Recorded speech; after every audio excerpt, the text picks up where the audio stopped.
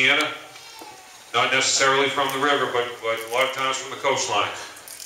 And when you get to that point, if you do have to evacuate, you remember what's important to you. Okay, I said the other night, I've been in the Army 22 years. In 22 years, I've moved 14 times. 14 times I've moved. My daughter's in the 9th grade. She's been in 6 different schools. So when you pack up, if none of you have ever moved before, you don't understand the feeling. Okay? When the moving truck comes up to the front of your house, and they take everything you own, and they put it in that moving truck.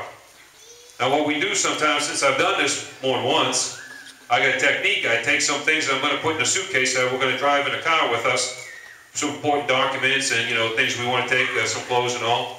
Take an extra set of sheets because you never know where you're going to end up on the other end, right? You might bring some towels too. My wife likes to bring some silverware and some plates. I don't know why. I guess it's a lady thing or something. We take all that stuff and we put it in one closet. We put a big sign on it. We tell the movers, do not touch, do not open, okay? One time I did. Now I was in big trouble, okay? But that's a different story. So you stand out there at the end of the day, and that moving truck drives away. And everything you own drives away in that moving truck. And you kind of stand there in the driveway with your wife and your daughter and a suitcase or two, and that's when you find out what's important to you. That's when you absolutely find out what's important to you. Because it's those things right next to you in the driveway, arm in arm, and it's those couple of boxes and those couple of suitcases. It's not all that stuff that's on that truck. That truck could fall off the bridge, and it wouldn't matter. What's important to you is right there in the driveway with you.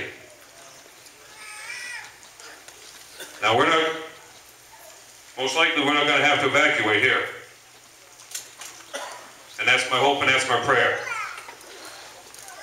But there are places in the state of Louisiana that will be evacuated. There are folks that are evacuating right now. And I was up in Butte La Rose the other night. If you know Butte La Rose, they're in the floodway. And there is no ring levee around that city. And so you figure out what's important to you real quickly when you have to do something like that. So just keep that in mind if you get a knock on the door, or if the word comes it's time to evacuate. So, Mr. Mayor, I appreciate you coming here tonight.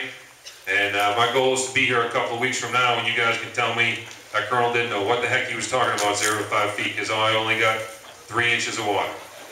That would be my hope and my prayer. So thank you very much.